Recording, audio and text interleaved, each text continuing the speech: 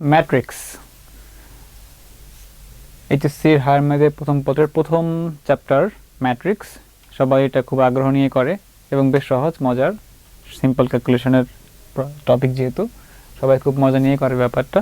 So matrix থেকে admission টেস্টের জন্য, যেহেতু সবাই এখানে ম্যাট্রিক্স করে অভ্যস্ত, আমি একদম ম্যাট্রিক্স কী, ম্যাট্রিক্স কেন, এই ধরনের আলোচনায় যাব না। আশা করি সবাই সেগুলো জানে এবং ম্যাট্রিক্স নর্মাল যোগ বিয়োগ বা নর্মাল ম্যাট্রিক্সের ক্যালকুলেশনগুলো দেখাবো না।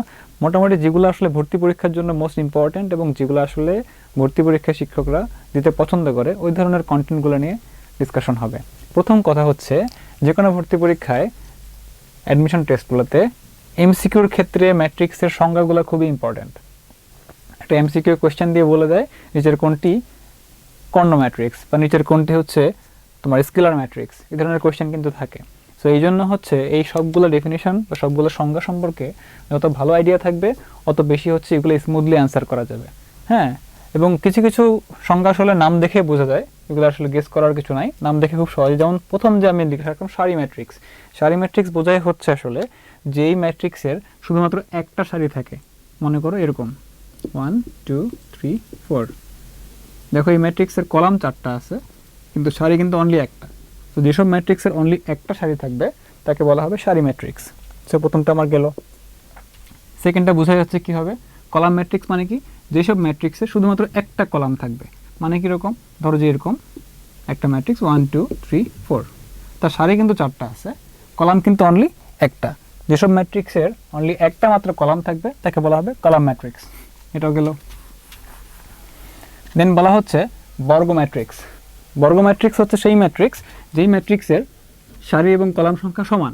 ধরো বললাম একটা ম্যাট্রিক্স এ, এটা হচ্ছে এরকম দেখতে 1 2 3 4। এটা বর্গাকৃতির ম্যাট্রিক্স কেন, এর সারি আছে দেখো 2টা, কলামও আছে 2টা। এটা একটা 2 × 2 আকারের ম্যাট্রিক্স। যেসব ম্যাট্রিক্সের সারি এবং কলাম পরস্পর সমান, মানে বর্গাকৃতির ম্যাট্রিক্স, তাকে বলা হয় বর্গ ম্যাট্রিক্স। নাম দেখে খুব সহজেই বোঝা যায়। দেন দেখো কর্ণ ম্যাট্রিক্স। কর্ণ ম্যাট্রিক্স বলতে বোঝায় কি, যেই ম্যাট্রিক্স যেহেতু হচ্ছে তোমার এখানে কর্ণ আসতেছে, এই একটা কর্ণ বোঝাচ্ছে, মনে রাখবা কর্ণ ম্যাট্রিক্স একদম বর্গ ম্যাট্রিক্স। যেই বর্গ ম্যাট্রিক্সের কর্ণ বরাবর প্রধান কর্ণ, একে বলা হয় প্রধান কর্ণ। মনে রাখবা ম্যাট্রিক্সের প্রধান কর্ণ হচ্ছে এই প্রথম কর্ণ থেকে শুরু করে শেষ কর্ণ পর্যন্ত, একে বলা হয় প্রধান কর্ণ। প্রধান কর্ণ বরাবর যে ভ্যালুগুলো আছে সেগুলো হচ্ছে অশূন্য, বাকিগুলো শূন্য, তাকে বলা হয় কর্ণ ম্যাট্রিক্স। যেই ম্যাট্রিক্সের প্রধান কর্ণ বরাবর যে ভুক্তিগুলো আছে বা যে ভ্যালুগুলো আছে সেগুলো হলো হচ্ছে নন জিরো, বাকিগুলো যদি জিরো হয় তাকে বলা হচ্ছে কর্ণ ম্যাট্রিক্স। যদি সেই ম্যাট্রিক্সের বর্গ ম্যাট্রিক্স না হয়, এরকম কোনো কিছু একটা হয়, তো কোনো কর্ণ সম্ভব না। সো আয়ত ম্যাট্রিক্স বা বর্গ ম্যাট্রিক্স ছাড়া অন্য কোনো ম্যাট্রিক্সে কিন্তু কর্ণ ম্যাট্রিক্স হওয়া সম্ভব না। প্রধান কর্ণ বরাবর সবগুলো ভুক্তি হচ্ছে অশূন্য বা শূন্য, নন জিরো ভ্যালু, তাকে বলা হয় কর্ণ ম্যাট্রিক্স। ওকে, এটাও গেল। এরপরে হচ্ছে ঊর্ধ্ব ত্রিভুজাকার ম্যাট্রিক্স। ঊর্ধ্ব ত্রিভুজাকার ম্যাট্রিক্স কি জিনিস, যেই ম্যাট্রিক্সের, খেয়াল করো আমি একটা ম্যাট্রিক্স আঁকি তাহলে বুঝতে পারবা। মনে করো একটা বর্গ ম্যাট্রিক্স আঁকলাম। ধরো এখানে আছে 1 2 3 4 5 0 0 0 6। মানে যেই ম্যাট্রিক্সের প্রধান কর্ণের উপরে যে ত্রিভুজটা আছে বা উপরের অংশে যে ত্রিভুজটা বা ত্রিভুজাকার যে ভ্যালুগুলো আছে, এই সবগুলো ভ্যালু হচ্ছে নন জিরো। বাকি মানে এই সবগুলো ভ্যালু নন জিরো, এবং বাকি এই ত্রিভুজের নিচে যে পার্টটা আছে ফুল সবগুলো ভ্যালু হচ্ছে জিরো, তাকে বলা হয় ঊর্ধ্ব ত্রিভুজাকার ম্যাট্রিক্স। মানে উপরের দিকে সে ত্রিভুজের মতো ভ্যালু হোল্ড করতেছে, নিচের সবগুলো কিন্তু শূন্য। সিমিলার ওয়েতে নিম্ন ত্রিভুজের ম্যাট্রিক্স হলে কী হবে, এরকম কিছু একটা হবে, যার ত্রিভুজ তৈরি হবে নিম্নে। ধরো 1 2 3 4 5, এই দুটো তোমার শূন্য।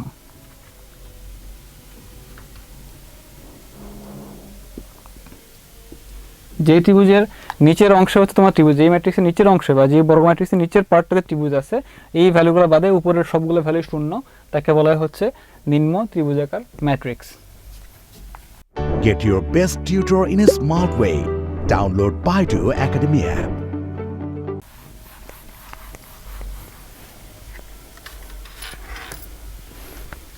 এবার আসলে স্কেলার ম্যাট্রিক্স। এটা কি বোঝায়, স্কেলার ম্যাট্রিক্স সেই বর্গ ম্যাট্রিক্স যার হচ্ছে কর্ণ বরাবর যে ভ্যালুগুলো আছে, বা সেই কর্ণ ম্যাট্রিক্স। আমি বলছিলাম কি, কর্ণ ম্যাট্রিক্স হচ্ছে কি, যে কর্ণ বরাবর ভ্যালুগুলো হচ্ছে অশূন্য।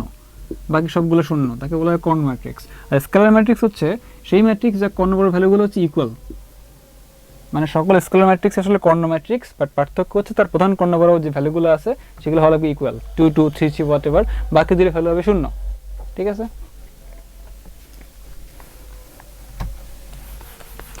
এবার সেই স্কেলার ম্যাট্রিক্সের একটা স্পেশাল পার্ট হচ্ছে অভেদক ম্যাট্রিক্স বা ইউনিট ম্যাট্রিক্স। এটা কি জিনিস? এটা অবশ্যই কর্ণ ম্যাট্রিক্স, মানে কর্ণ বরাবর সবগুলো ভ্যালু নন জিরো, বাকিগুলো জিরো, কিন্তু শর্ত হচ্ছে এখানে কর্ণ বরাবর যে ভ্যালুগুলো আছে সেটা হচ্ছে 1 হবে। একে বলা হয় আইডেন্টিটি ম্যাট্রিক্স বা ইউনিট ম্যাট্রিক্স অথবা হচ্ছে অভেদক ম্যাট্রিক্স। বাংলা এবং ইংলিশ দুটো নামই মনে রাখতে হবে। আচ্ছা, মানে একে আই দিয়ে প্রকাশ করা হয়, যেটা কি মিন করে যে এর কর্ণ বরাবর যে ভ্যালুগুলো আছে এগুলো হবে হচ্ছে 1, বাকি সব ভ্যালু হবে নন, বাকিগুলো ভ্যালু হবে 0। যদি 3 ইন্টু 3 ম্যাট্রিক্স হয় এরকম হবে জিনিসটা, 1 1 1 0 0 0 0। ওকে, এটাই হচ্ছে তোমার কর্ণ ম্যাট্রিক্স, সরি আইডেন্টিটি ম্যাট্রিক্স, যে ম্যাট্রিক্সের কর্ণ বরাবর ভ্যালুগুলো হচ্ছে তোমার 1, বাকি সবগুলো ভ্যালু 0।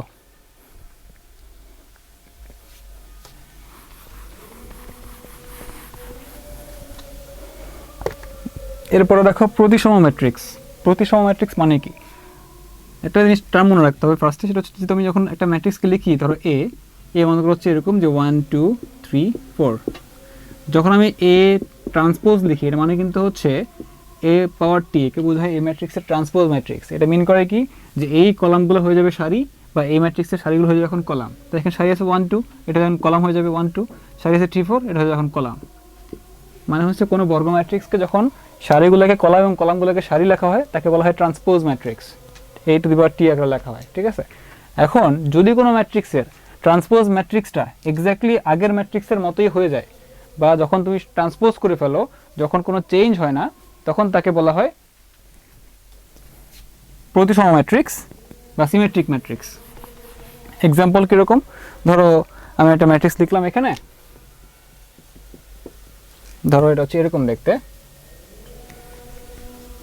1 2 5 3 2 3 7 5 7 4, 2 5 2 3 7 5 7 4। আচ্ছা, এখন দেখো এই ম্যাট্রিক্সকে আমি যখন ট্রান্সপোজ করি, দেখো তো কি আসে, মানে সারিগুলো হয়ে যাবে কলাম, মানে কি হবে 1 2 5 হয়ে যাবে, এখন এটা সারি ছিল এটা কলাম করে ফেললাম, তারপর 2 3 7 ছিল সারি, এটা কলাম করে ফেললাম, 5 7 4 ছিল সারি, একে আমি কলাম করে ফেললাম। দেখো আমি যখন ট্রান্সপোজ করলাম, ট্রান্সপোজ করার পরেও কিন্তু এই ম্যাট্রিক্স যেমন ছিল এ টু দি পাওয়ার টি বা transpose matrix exactly same matrix চলে আসছে। যখন এরকম হবে তখন তাকে বলা হবে ট্রান্সপোজ ম্যাট্রিক্স, সরি প্রতিসম ম্যাট্রিক্স বা সিমেট্রিক ম্যাট্রিক্স। আচ্ছা, এবার আসো বি প্রতিসম ম্যাট্রিক্স অথবা skew symmetric matrix. Skew symmetric matrix এটা কি বোঝায় জানো? এটা বোঝাচ্ছে এরকম, যদি কোনো ম্যাট্রিক্স এরকম হয় যে তাকে ট্রান্সপোজ করার পরে সে ট্রান্সপোজ যে ম্যাট্রিক্সটা আছে তার আগে মাইনাস চিহ্ন বসালে আসলে আগের ম্যাট্রিক্সটা পাওয়া যায়, তখন তাকে বলা হবে স্কিউ সিমেট্রিক ম্যাট্রিক্স। মানে হচ্ছে এই ম্যাট্রিক্সকে ট্রান্সপোজ করলে সবগুলো ভ্যালুর আগে যে নেগেটিভ চিহ্ন বসাও তখন আবার এই ম্যাট্রিক্সটাই ব্যাক পাওয়া যায়, একে বলা হয় স্কিউ সিমেট্রিক ম্যাট্রিক্স। এক্সাম্পল মনে করো একটা ম্যাট্রিক্স হচ্ছে এরকম,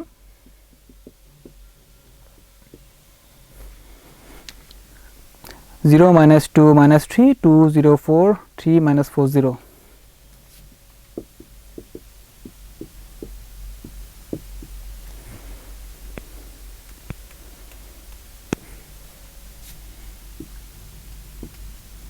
আচ্ছা, এখন দেখো আমি যদি এখন এই ম্যাট্রিক্সকে ট্রান্সপোজ করি, কি matrix pi? A transpose equal to কি আসে দেখো, এই সারিকে আমি কলাম করে ফেলবো 0 -2 -3, এই সারিকে কলাম করে ফেলবো 2 0 4, একে কলাম করে ফেলবো 3 -4 0। এখন দেখো এটা কিন্তু আর এক্স্যাক্টলি এই ম্যাট্রিক্সটা আসে নাই, কিন্তু এখন যদি আমি হচ্ছে এই মাইনাস চিহ্নগুলো বাইরে কমন করে নিয়ে আসি, দেখো তো কি আসে, 0 তো মাইনাস করলে তো প্লাস করলে তো 0 2 3 -2 0 -4 3, সরি -3 4 0। এখন দেখো এটা কিন্তু আসলে জাস্ট এ ম্যাট্রিক্স, যেটা সেই এ ম্যাট্রিক্সের আগে মাইনাস চিহ্ন থাকে, তার মানে হচ্ছে এখানে এই ম্যাট্রিক্সটার স্কিউ সিমেট্রিক ম্যাট্রিক্স, কারণ হচ্ছে এই ম্যাট্রিক্সকে ট্রান্সপোজ করলে যে ম্যাট্রিক্সটা আসে তার সামনে মাইনাস চিহ্ন বসাই দিলে কিন্তু আসলে আবার এই ম্যাট্রিক্সই ব্যাক করে। একে বলা হয় বাই ডেফিনেশন বিপরীত বা বিপ্রতিসম ম্যাট্রিক্স অথবা স্কিউ সিমেট্রিক ম্যাট্রিক্স। এরপরে দেখো এই যে টার্মটা সিঙ্গুলার ম্যাট্রিক্স বা ব্যতিক্রমী ম্যাট্রিক্স, এটা কি জিনিস? এটা হচ্ছে মনে রাখবা যে ম্যাট্রিক্সের মান শূন্য, নির্ণায়কের মান শূন্য, ধরো আমি একটা ম্যাট্রিক্স আঁকি, এই ম্যাট্রিক্স ইকুয়াল টু হচ্ছে এরকম যে 9 4 12 3। এখন দেখো তো এই ম্যাট্রিক্সের নির্ণায়কের মানটা কত আসে, সিমি 4 36 বিয়োগ 3 বার 36 মানে হচ্ছে শূন্য। যেই ম্যাট্রিক্সের নির্ণায়কের মান শূন্য সেই ম্যাট্রিক্সকে বলা হয় ব্যতিক্রমী ম্যাট্রিক্স। এটা খুবই মনে রাখা ইম্পর্টেন্ট, কজ পরীক্ষার হলে আমার মনে আছে ঢাকা ইউনিভার্সিটি পরীক্ষাতে একবার আসছিল নিচের কোনটি সিঙ্গুলার ম্যাট্রিক্স। অনেকের মধ্যে প্রশ্ন আসতে পারে ভাই সিঙ্গুলারের বাংলা কীভাবে ব্যতিক্রমী হয়। এখন যারা ম্যাথমেটিশিয়ান তারা ঠিক করছে, আমার কিছু করার নাই। সিঙ্গুলার ম্যাট্রিক্স এর বাংলা কিন্তু ব্যতিক্রমী ম্যাট্রিক্স। তো পরীক্ষার জন্য বাংলা এবং ইংলিশ দুটো টার্মই মনে রাখতে হবে, কজ কোনভাবে দিবে তুমি জানো না। কিন্তু যদি প্রশ্ন করে নিচের কোনটি সিঙ্গুলার ম্যাট্রিক্স, তার মানে কি যেই ম্যাট্রিক্সের নির্ণায়কের মান শূন্য সেই ম্যাট্রিক্সকে বলা হয় ব্যতিক্রমী ম্যাট্রিক্স অথবা সিঙ্গুলার ম্যাট্রিক্স।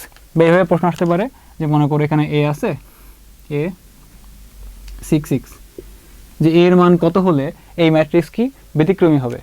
মানে কি ব্যতিক্রমী হওয়ার শর্তই হচ্ছে এই ম্যাট্রিক্সের নির্ণায়কের মান শূন্য হওয়া লাগবে। That means a into a square minus 36 equal to হওয়া লাগবে 0, মানে a ইকুয়াল টু কত হওয়া লাগবে 6।